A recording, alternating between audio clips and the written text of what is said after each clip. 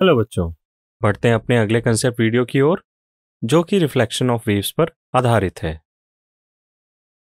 So far we have considered waves propagating in an unbounded medium, यानी कि हमने जितने भी वेव्स या पल्सेस की बात करी है, हमने उनके ओरिजिन की बात करी ही नहीं है, या वो किस एंड पे जाके मीट करते हैं वो हमने चर्चा बिल्कुल नहीं करी। हमने माना है कि एक स्ट्रिंग है हमारी सफिशिएंटली लॉन्ग लेंथ की, वहाँ पे दो वेव्स आ रही हैं। अब दो वेव्स आके किधर जाती हैं, वो किससे टकराती हैं, किस तरह के मीडियम से वो प्रोड्यूस हो रही हैं, किस तरह के मीडियम से वो हिट कर रही हैं, ऐसी कोई चर्चा हमने, ऐसा कोई डिस्कशन नहीं किया है। What happens if a pulse or a wave meets a boundary? क्या होगा बच्चों जब एक वेव या एक पल्स किसी बाउंड्री को जाके हिट करती है? अब बच्चों, बाउंड्री से दिमाग में प्रश्न जरूर आ रहा होगा कि बाउंड्री कैसी है, ओपन एंडेड है या क्लोज्ड एंड है, रिजिड है। देखते हैं। Reflection of wave at a rigid boundary. बच्चों, आप चित्र में देख सकते हैं कि जो लेफ्ट वाला एंड है वो हमने ओपन कर रखा है, यानी यहाँ से हम डिस्टरबेंस देंगे, और राइट वाले एंड को आप देख सकते हैं कि कितनी टाइटली हमने फिक्स कर रखा है। इसे हमने रिजिड बाउंड्री आप कह सकते हो इसे, क्योंकि यहाँ से जो वेव है वो आगे ट्रांसमिट नहीं होगी, इसे रिफ्लेक्ट होना होगा। और देखते हैं कि रिजिड एंड से रिफ्लेक्ट होने के बाद, हिट करने के बाद वेव का क्या हाल होता है।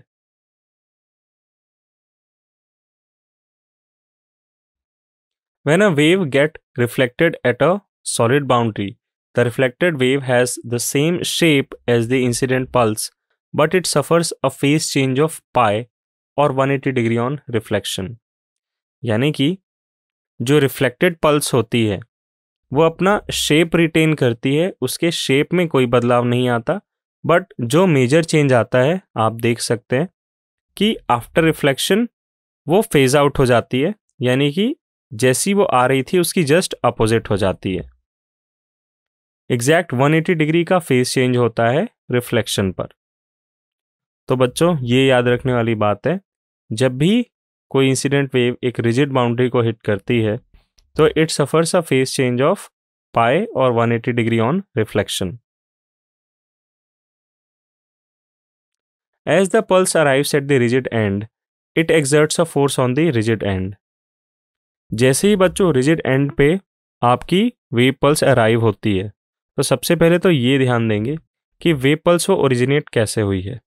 हमने कुछ डिस्टरबेंस, कुछ एनर्जी अपने मीडियम को दी है। अब मीडियम की इलास्टिक प्रॉपर्टीज के कारण और उसकी इनर्शियल प्रॉपर्टीज के कारण वो एनर्जी या वो डिस्टरबेंस प्रोपगेट करता है। तो जहाँ जहाँ पे, जिस जिस लोकेशन पे वो डिस्टरबेंस पहुँचता है, उस लोकेशन पे एक टेंशन डेवलप होती है because of elastic property of the medium.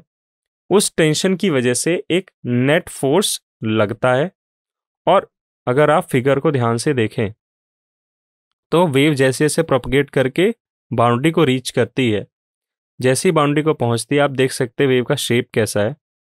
उस पे एक नेट फोर्स लगता है स्ट्रिंग की वजह से, नेट अपवर्ड फोर्स।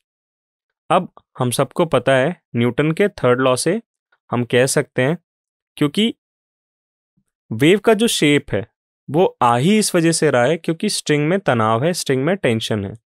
अब वो टेंशन फोर्स स्ट्रिंग के साथ साथ जैसे ही बाउंड्री पे पहुंचेगा तो बाउंड्री पे भी वो टेंशन फोर्स एक अपवर्ड फोर्स लगाएगा, और रिजिड एंड क्या करेगा, उसको अपोज करेगा बाय न्यूटन्स थर्ड लॉ।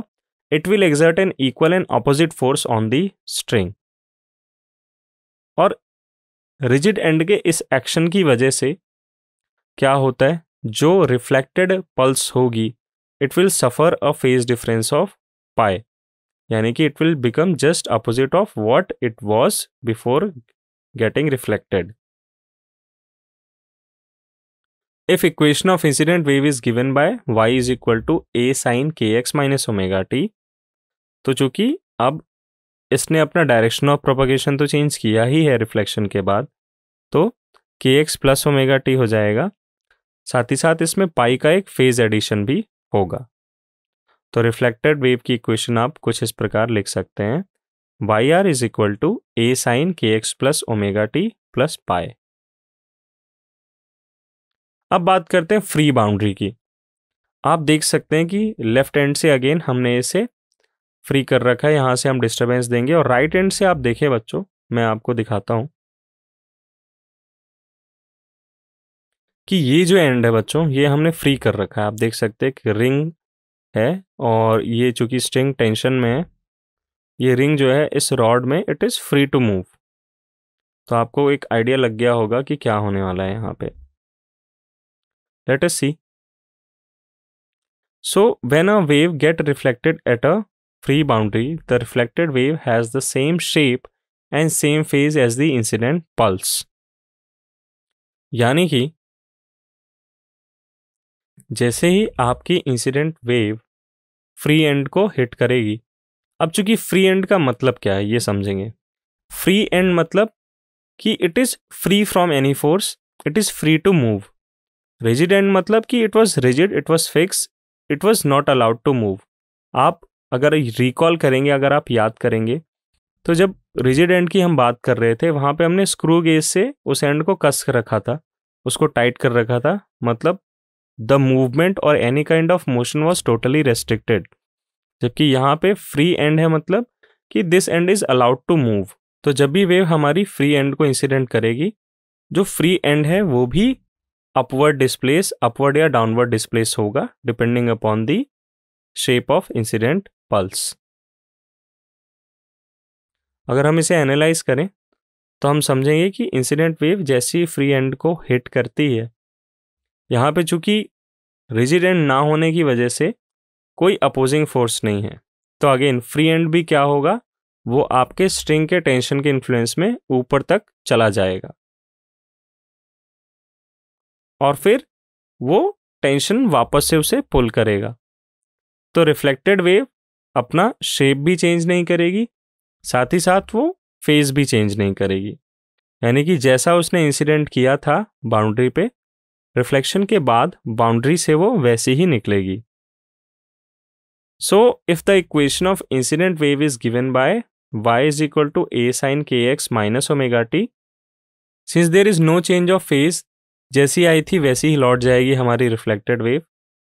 तो रिफ्लेक्टेड वेव का इक्वेशन आप लिख सकते हैं a sin kx plus omega T. ये प्लस माइनस का डिफरेंस सिर्फ डायरेक्शन के चेंज को बताता है, it is indicative of change of direction. यहाँ पे रिफ्लेक्टेड वेव के इक्वेशन में किसी तरह का फेज एडिशन नहीं किया गया है।